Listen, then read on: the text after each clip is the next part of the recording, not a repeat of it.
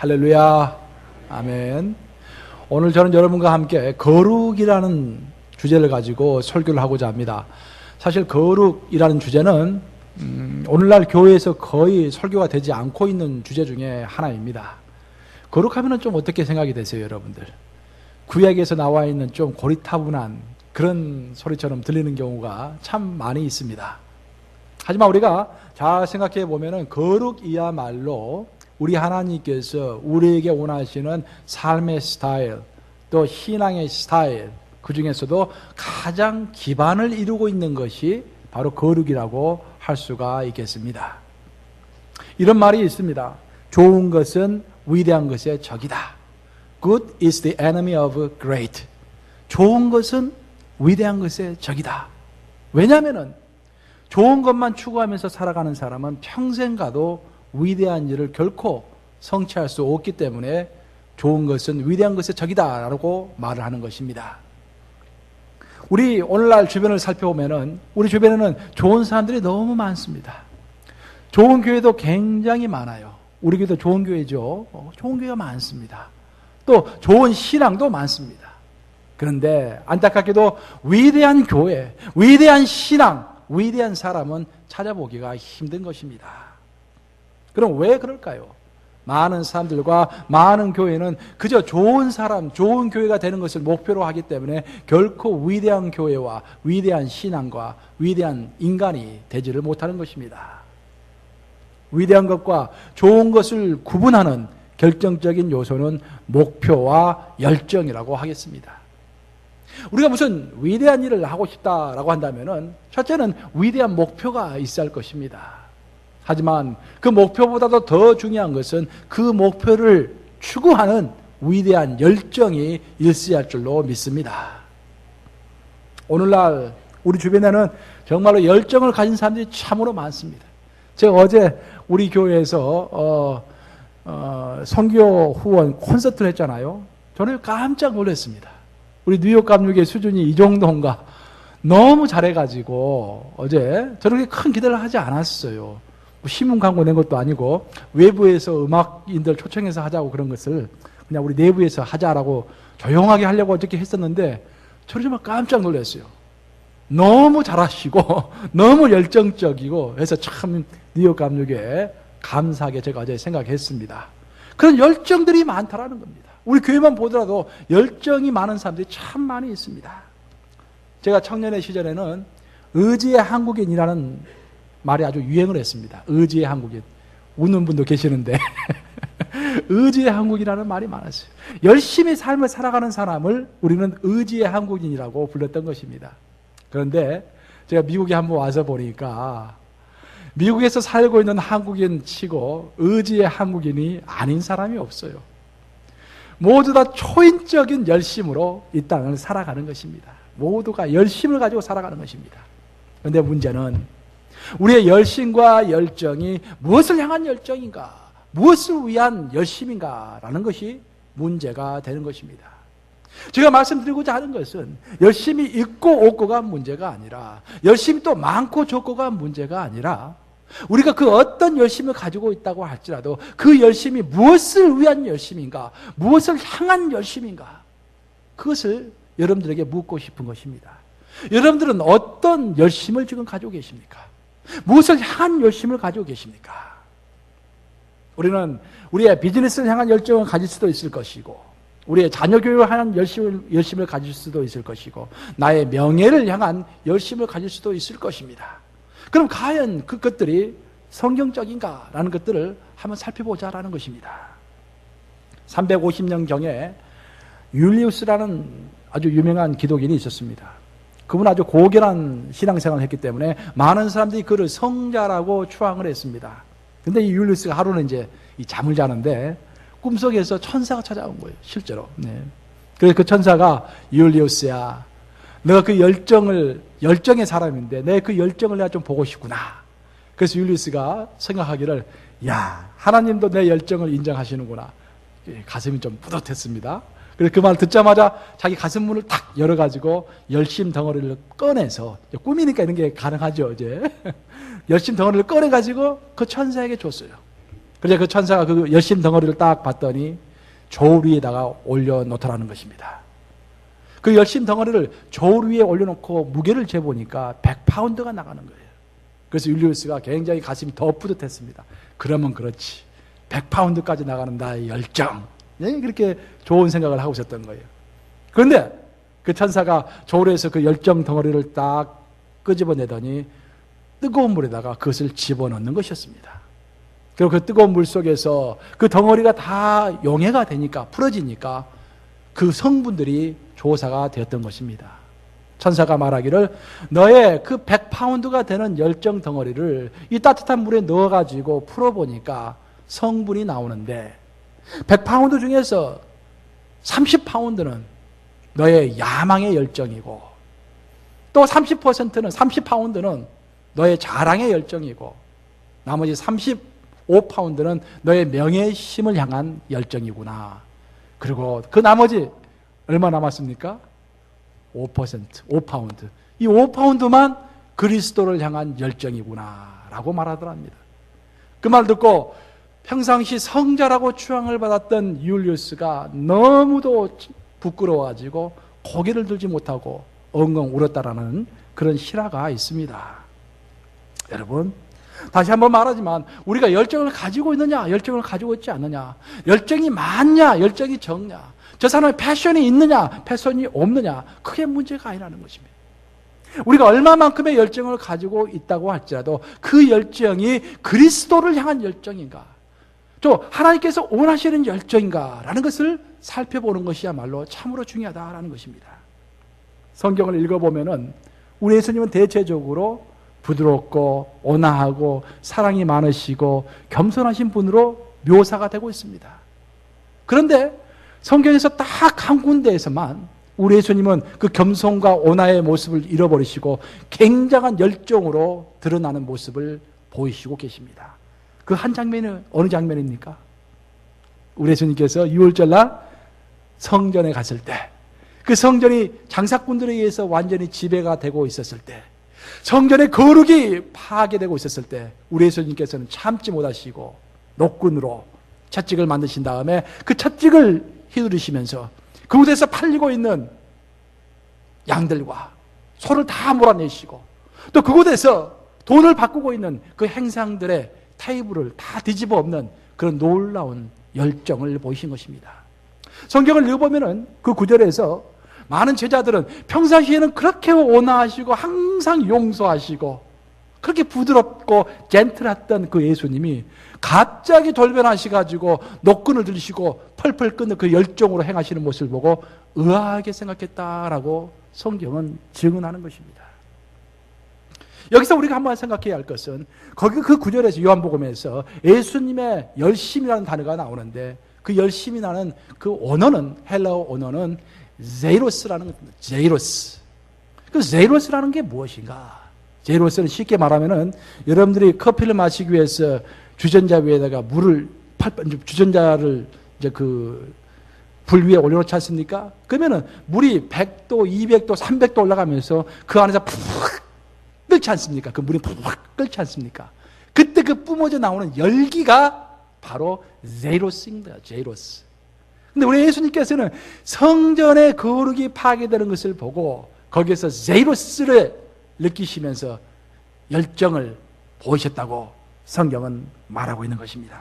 바로 우리 예수님께서 우리에게 보여주신 열정의 모범은 다른 것을 향한 열정이 아니라 거룩을 향한 그런 열정이었던 것입니다. 그래서 오늘날도 마찬가지입니다. 요한계시록을 읽어보면 우리 하나님은, 우리 예수님은 각 교회에 계시는 예수님입니다. 각 교회마다 천사가 있고 예수님이 계세요. 지금도 예수님의 영이 우리와 함께 하십니다. 그런데 여기서 우리 예수님이 가장 우리에게 원하시는 것은 무엇일까요? 물론 다른 우리가 기뻐하고 하나님 앞에서 찬양드리고 하나님 앞에서 정말 우리에게 뭔가 헌신을 하고 하는 것도 원하시겠지만 가장 기본적으로 우리 주님께서 우리에게 제이로스의 모습을 보이면서 나오기를 원하시는 것은 거룩이다라는 것입니다. 저를 포함한 우리 모두는 아주 솔직하게 고백해서 눈에 보이는 행사와 눈에 보이는 프로그램과 눈에 보이는 목적을 향한 열정들이 차고 넘친 사람들입니다.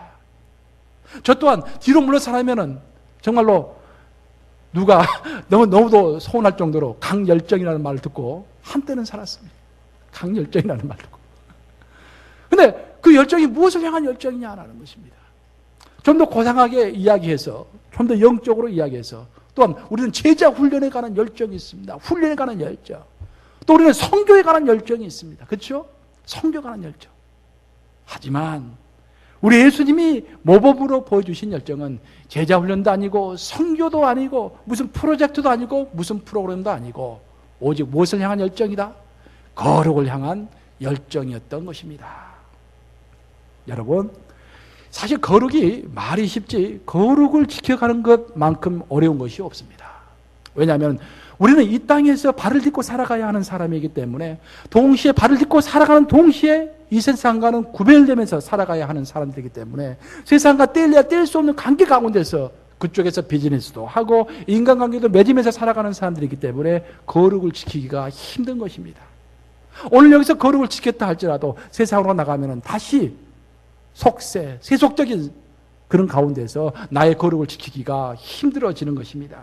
그래서 우리가 여호수아서를 읽어보면은 여호수아서에서 초반부에 이제 이스라엘 백성이 40년 광야 생활을 끝내고 드디어 요단강을 건너기만 하면은 약속의 땅을 점령할 그런 시점에 있었는데 우리 하나님은 놀랍게도 그들에게 군사훈련을 하든지 무슨 작전을 따라고 말씀하시지 않으셨습니다. 이제 요단강만 건너면은 우리가 적군 안에 들어가서 적군들과 싸우면서 땅을 빼앗아야 할 지경입니다. 그래서 우리가 상식적으로 생각한다면은 이제 곧 적군들과 싸워야 하기 때문에 우리가 여기서 가장 먼저 해야 할 것은 전략을 짜는 것이고 시간이 남으면 군사 훈련을 하는 것이 가장 먼저 필요할 것입니다. 그런데 여호수아서를 읽어보면 놀랍게도 우리 하나님은 요단강을 바로 건너기 직전에 있는 그런 이스라엘 백성에게 결코 군사 훈련을 하라라는 말씀을 하지 않으시고 성결하라라고 말씀하셨던 것입니다. 성결을 준비해서 약속의 땅 안으로 들어가라고 말씀하시는 것입니다. 그럼 왜 그랬는가? 그것은 가나안 땅은 아시다시피 아주 태폐한 땅이었습니다. 세상의 문화가 아주 흉흉한 그런 땅이었습니다. 그런데 하나님 안에서 성결하게 보존받았던 이제 이스라엘 민족이 하나님의 손을 떠나서 요단강을 건너서 이제 가나안 사람들과 접촉하기 일보 직전에 있는 것입니다. 그랬을 때 하나님께서는 땅을 차지하는 것보다도 더 중요한 것이 바로 성결과 거룩을 지키는 것이 더 중요하다고 판단했기 때문에 군사훈련을 시키신 것이 아니라 성결훈련을 시키신 것입니다. 바로 여기서 여러분들이 깨달아야 할 줄로 믿습니다. 우리 하나님이 보시기에는 땅을 차지하는 것보다도 비즈니스가 더 잘 되는 것보다도 내가 무엇을 더 하는 것보다도 더 중요한 것이 그 안에서 나의 성결과 나의 거룩을 지키는 것이 훨씬 중요하다고 하나님은 생각하시는 것입니다. 교회라는 것은 무엇보다도 거룩을 사모하는 사람들이 모이는 집단이 되어야 합니다. 여기 많은 사람들이 앉아있지만 이 모든 사람들이 거룩을 사모해야 하는 것입니다. 거룩에 생각이 없는 사람들이 교회에 모이고 또 성경 말씀 읽지 않고 기도하지 않아서 거룩이 무뎌진 사람, 아예 거룩이 없는 사람도 있지만 거룩이 있다가 거룩이 무뎌진 사람도 있어요. 내가 오늘 엄청나게 거룩한 삶을 살다가도 일주일 동안 기도하지 않고 성경 말씀 읽지 않으면은 그 거룩이 무뎌지는 거예요. 근데 그런 사람들만 자꾸 교회에 모여 있으면은 교회 전체적인 거룩이 하락이 되는 것입니다. 결국 성도들은 어디서부터 온 사람들입니까? 세상으로부터 온 사람들입니다. 그렇기 때문에 각별하게 주의를 하지 않으면은 다시 타락하는 것은 시간 문제인 것입니다. 제가 어떤 그 염전을 하시는 장군님으로부터 간증을 들은 적이 있어요. 근데 그분이 젊었을 때 이제 염전을 하는데 잘 몰랐죠. 이제 그분이 염전에 관한 뭐 지식이 많지 않았기 때문에. 근데 한 번은 이제 염전에서 나온 그 소금 가마리를 가지고 그것을 이제 옮기기 위해서 등에다가 소금 가마리를 지고 길을 가다가 실수를 해가지고 그 소금 가마가 바닷물 속으로 빠진 거예요. 그 바닷물이 이제 그렇게 깊지 않으니까 빠진 소금 가마를 금방 들어가지고 다시 끄집어냈습니다. 근데 놀라운 것은 소금이 한 가마인데 그 물속에 들어가 조금 있다가 뺐는데 거의 다 녹아 있었더라라는 것입니다. 그래서 너무 의아하게 생각이 됐어요. 아니, 아무리 소금이 물에 잘 녹지만 이렇게까지 빨리 녹는가라고 생각해가지고 나중에 알아봤더니 소금은 바다에서 취한 것이기 때문에 다시 바다를 접촉하면 금방 녹는다라는 것을 알게 된 것입니다. 소금을 그냥 일반적인 물에 녹이면 좀 시간이 걸려야 녹아지는데 바닷물 속에 가면은 금방 녹아지는 것입니다. 이것이 바로 우리의 모습인 것입니다. 우리는 어디서 취한 사람들입니까? 세상에서 취해진 사람들입니다.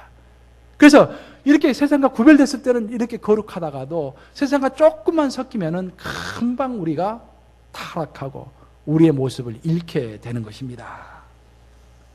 성경을 구성하고 있는 책 중에서 거룩에 대해서 가장 많이 이야기하고 있는 책이 레위기입니다. 그래서 보통 사람들이 창세기, 출애굽기 읽다가 레위기는 좀 고리타분하니까 건너뛰는 경향이 참 많이 있는 것 같아요. 그렇지만 레위기야말로 참으로 중요한 책입니다. 우리가 성결한 생활을 제대로 해가기 위해서 레위기야말로 아주 중요한 책이라고 할 수가 있겠습니다. 근데 레위기가 홀리네스, 거룩에 관한 책인데 레위기가 이야기하고 있는 핵심 메시지를 이야기하라고 한다면은 레위기는 우리가 세상과 구별됨으로 인해서 거룩을 유지할 수 있다라고 가르치는 책이 바로 레위기인 것입니다. 그래서 거룩과 구별은 뗄래야 뗄 수 없는 관계에 있습니다. 홀리네스와 세퍼레이션은 항상 같이 가는 것입니다. 그래서 특별히 오늘의 본문, 우리가 함께 읽은 오늘의 본문 레위기 함께 읽은 본문은 그러면 구별 중에서 어떤 구별 가운데서 우리가 이 땅을 살아가야 할 것인가 라는 것들을 가르쳐주고 있는 그런 구절이라고 할 수가 있겠습니다. 오늘 본문에서는 특별하게 세 가지의 구별에 대해서 이야기를 하고 있습니다. 첫 번째 구별은 고기와 관련된 것인데 하나님께 제사로 드려진 고기와 관련된 것인데 이것은 존재의 구별을 의미합니다. 보통 고기 하면은 일반적인 고기는 아무 의미가 없어요. 그냥 아무 별 의미가 없는데 그 고기가 아무런 의미가 없는 고기가 하나님 앞에 드려지는 순간 성별된, 구별된 특별한 고기가 된다는 것입니다. 오늘 본문 한번 같이 읽어보시겠습니다. 본문 27절 상반부 함께 읽습니다. 시작. 그 고기에 접촉하는 모든 자는 거룩할 것이며. 그냥 일반 고기로 있을 때는 아무런 의미가 없는데 이 고기가 하나님 앞에 드려지는 순간 성별된 거룩한 고기가 되어가지고 그 고기에 손을 대는 모든 사람들이 거룩하게 된다라고 소개하고 있는 것입니다. 이 말은 우리가 하나님을 알기 전에는 이 세상에는 68억의 인구가 있는데 68억 중에 그냥 평범한 하나의 사람이었습니다. 여러분 모두가 그래요. 저도 그랬고. 그런데 그 68억 가운데서 평범하게 살아가고 있는 우리들을 하나님께서 부르셔가지고 우리를 구별하는 순간 우리는 구별된 하나님께서 나의 이름을 기억하신 특별한 존재가 되었다라는 것입니다. 바로 이것이 존재의 구별인 것입니다. 이미 여러분들은 존재의 구별을 받은 사람들입니다. 그리고 두 번째 구별을 이야기하시는데 두 번째 구별은 제사로 드려진 짐승의 피에 관한 구별입니다. 우리 다 같이 본문 27절 하반부를 함께 읽겠습니다. 시작. 그 피가 어떤 옷에든지 묻었으면 묻은 그것을 거룩한 곳에서 빨 것이요. 제사로 드려질 때 쓰이는 피는 오직 하나님 앞에만 드려져야 할 피입니다. 즉 목적의 구별입니다. 그 피가 다른 곳으로 쓰여지면 절대 안 된다는 거예요. 그래서 그 피를 이제 하나님 앞에 드리다가 실수를 해가지고 그 피가 한두 방울 제사장 옷에 묻으면은 그것을 그대로 두지 말고 그 피가 원래의 목적대로 쓰여지지 않았기 때문에 즉시 그 피를 빨리 가서 빨라 없애라 그런 말입니다. 곧 목적의 구별인 것입니다. 세 번째로 언급이 되는 구별은 고기를 담고 있는 그릇에 관한 구별입니다. 우리 다 같이 본문 28절 함께 있습니다. 시작. 그 고기를 토기에 삶았으면 그 그릇을 깨뜨릴 것이요 유기에 삶았으면 그 그릇을 닦고 물에 씻을 것이며. 다시 말해서 거룩한 것을 위해서 한 번 쓰여진 그릇은 계속해서 거룩한 것을 위해서만 사용되어야 한다 그런 말입니다. 한 번 하나님 앞에 드려진 그릇인데 이것이 잘못될까 봐서 흙으로 만든 그릇은 깨라고 되어 있습니다. 하지만 브론즈, 동으로 만든 그릇은 깰 수가 없기 때문에 그것은 깨끗이 씻은 다음에 절대로 일반적인 것을 위해서 쓰지 말고 꼭 거룩한 것을 담는 데만 그 그릇을 사용하라고 말하고 있는 것입니다. 이것이 바로 도구의 분별입니다. 도구의 구별입니다. 저도 가끔씩 저희 집에서 이제 몸이 좀 피곤하고 그럴 때 홍삼을 좀 타서 마셔요. 홍삼을. 근데 홍삼을 타서 먹을 때 쓰는 그릇은 좀 특별한 그릇으로 항상 먹고 싶어요. 그래서 하얀 그 컵이 하나 있는데 그 하얀 컵은 아무도 손이 닿지 않는 곳, 캐비넷 정중앙에 나만이 알고 있는 장소에 딱 두고서 홍삼을 타 먹을 때는 항상 그 컵만 타서 먹는 거예요.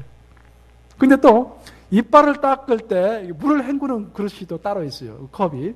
그 컵은 울긋불긋하고 좀 내 마음을 상쾌하게 하는 그런 컵을 가지고 우리 에스더가 이제 데디 그 아버지 날에 선물한 건데 그래서 항상 놓고 그 컵을 쓰면서 우리 에스더에게 감사하는 마음을 가지면서 이렇게 사용하는 거예요. 바로 이것처럼 도구의 구별, 이것을 성경은 말하고 있는 것입니다.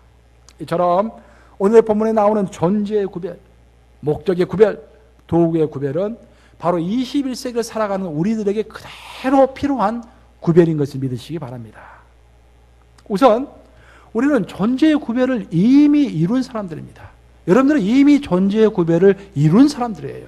왜냐하면 여러분들이 예수 그리스도를 영접하는 순간 하나님의 영인 성령님이 여러분 안에서 여러분과 함께 하기 때문에 이미 already 세상 사람들과는 구별된 사람으로 서 있는 것입니다.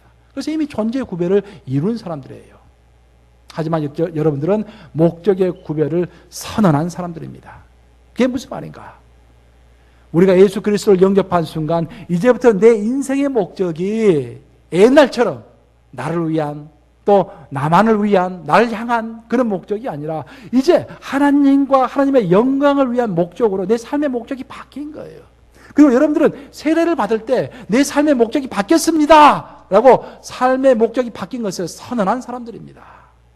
그래서 여러분들은 목적의 구별을 맹세한 사람들이 되는 것입니다. 그리고 그 목적의 맹세를 계속해서 성취해 가고 있는 도중 가운데 있는 사람들인 것입니다.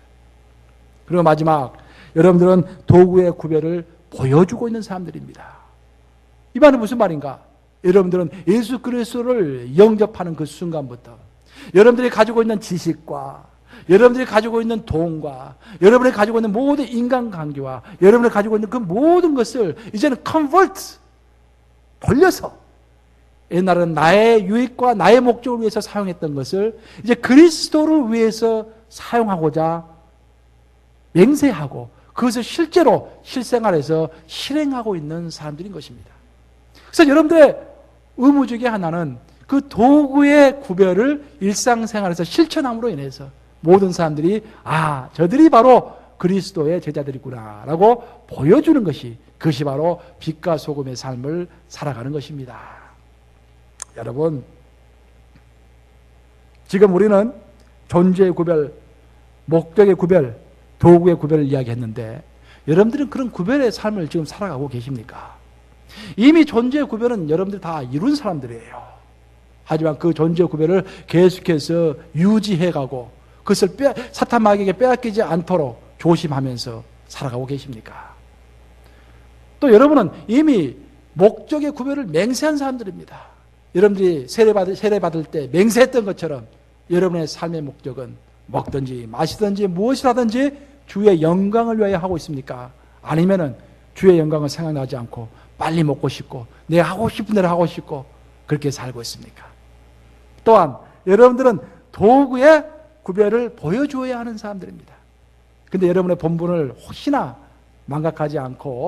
망각하고서 그냥 내가 가지고 있는 물질, 내가 가지고 있는 시간, 내가 가지고 있는 공간, 그 모든 것들을 나의 자의적인 뜻대로 해석하면서 살아가고 있지는 않습니까? 제가 설교 처음에 무슨 말을 했습니까? 좋은 것은 위대한 것의 적이다 라는 말을 했죠. 마무리도 똑같습니다. 여러분들이 정말 위대한 삶, 위대한 신앙인이 되고 싶다면, 위대한 그리스도인이 되고 싶다면 평범한 그저 좋은 그리스도인으로 죽어서 묻히는 사람이 아니라 위대한 그리스도인이 된 이후에 죽고 싶다라고 한다면은 바로 구별을 지켜 가셔야 할 줄로 믿습니다. 그 말씀 항상 명심하시면서 항상 여러분들 존재의 구별, 목적의 구별, 도구의 구별을 실천하시는 여러분들 되시기를 우리 주님의 이름으로 축복합니다.